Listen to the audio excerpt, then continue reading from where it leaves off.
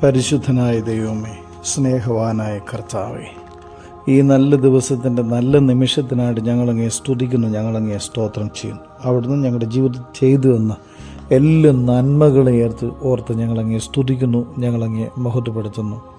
ആയുസ്സിൽ ഒരു ദിവസം കൂടി നീ കൂട്ടിത്തന്നു, പുതിയ വർഷത്തിൽ പ്രവേശിക്കുവാൻ ഭാഗ്യം തന്നു.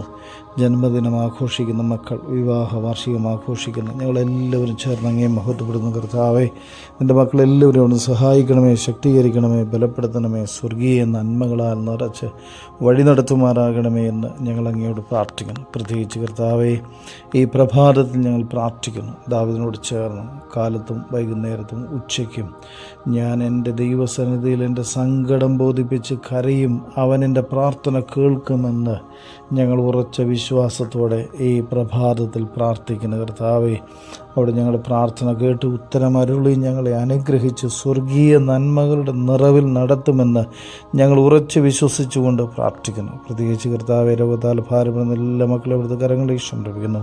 പൂർണ്ണ സൗഖ്യവും സമാധാനവും നൽകണം കർത്താവേ.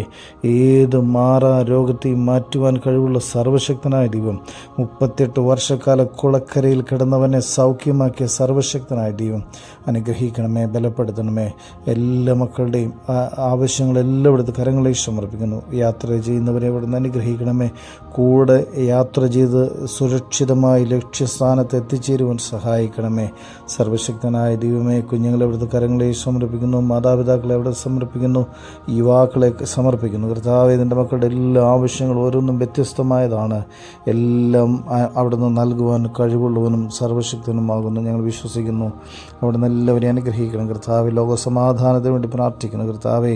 യുദ്ധവും യുദ്ധഭീതിയും എല്ലാം അനേകരുടെ മനസ്സുകളെ വേദനപ്പെടുത്തുന്ന അനുഭവം എല്ലാവരെയും സൗഖ്യമാക്കണമേ, സമാധാനപ്പെടുത്തണമേ, സന്തോഷം കൊണ്ട് നിറയ്ക്കണമേ, സ്വർഗീയ നന്മകളാൽ നിറച്ച് നടത്തണമേ എന്ന് പ്രാർത്ഥിക്കും. ഞങ്ങൾ അങ്ങേക്ക് അവിടുത്തെ പിതാവിനും പരിശുദ്ധ റൂഹായിക്കും സ്തുതിയും സ്തോത്രവും സമർപ്പിക്കും, അതിപ്പോഴും എല്ലായ്പ്പോഴും എന്നേക്കും തന്നെ.